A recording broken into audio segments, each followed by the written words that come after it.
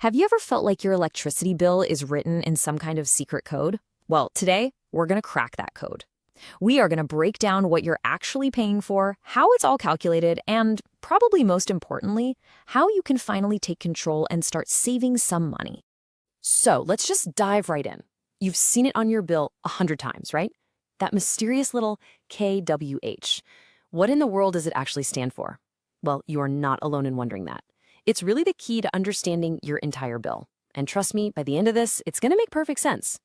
So here's our game plan. First, we're going to define what energy actually means in this whole context. Then we'll untangle the difference between power and energy. They're not the same thing. After that, we'll get practical and decode your bill with some really simple math. And finally, we'll wrap up with some smart, easy tips to help you save. All right, let's get into our first section, the energy you use. This is all about that invisible force that's keeping our lights on and our phones charged right now. Okay, so here's the absolute key.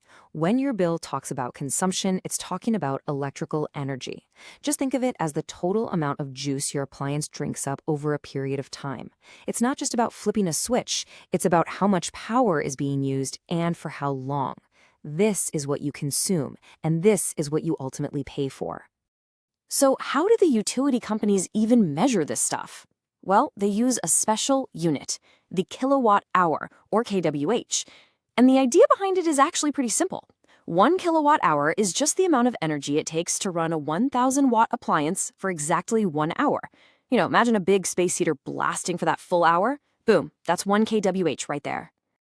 Okay, so let's build on that in our next section. Power, energy, and time.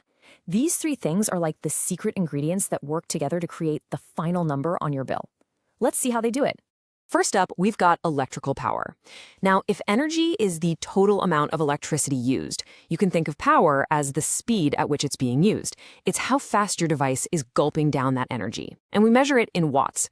So a 100-watt light bulb is drawing power way faster than a little 10-watt bulb. It's as simple as that. And here's how it all connects.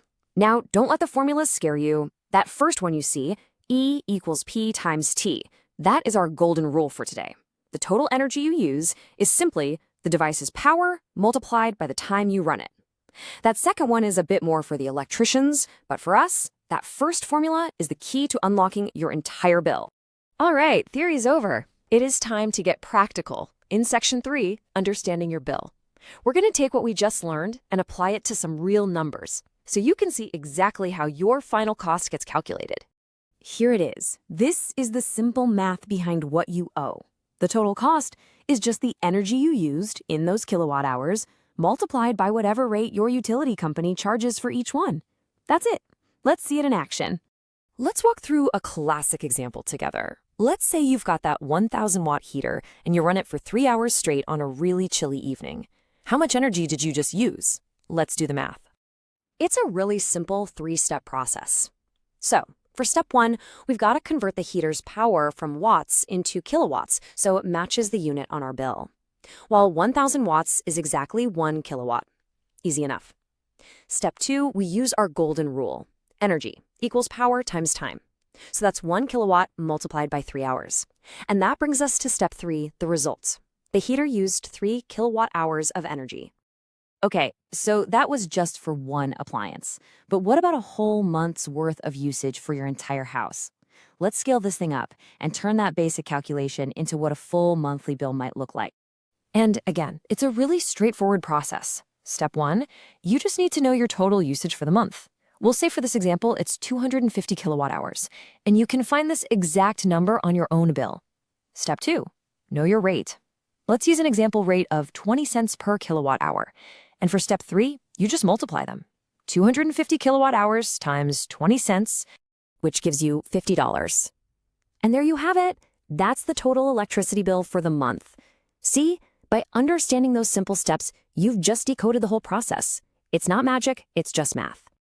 So now that you know exactly how the cost is calculated, the big question is, how can you lower it? Well, let's jump into our final section, Smart Energy Saving Tips.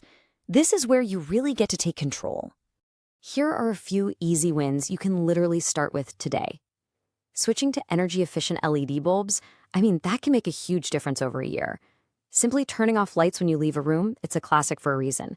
When you're buying new appliances, always look for that high energy efficiency rating. And here's a big one. Unplug electronics when you're not using them. That little standby light might seem harmless, but that vampire power, as they call it, really adds up across all your devices.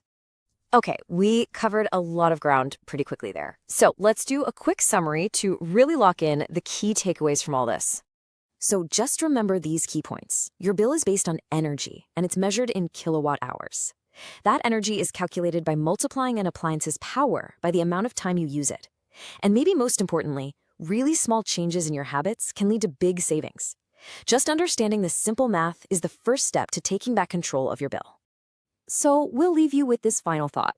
You now have the tools to understand your energy consumption, which means you have the power to change it. So my question for you is, what's one appliance, big or small, that you'll pay a little more attention to, or maybe even unplug, starting today?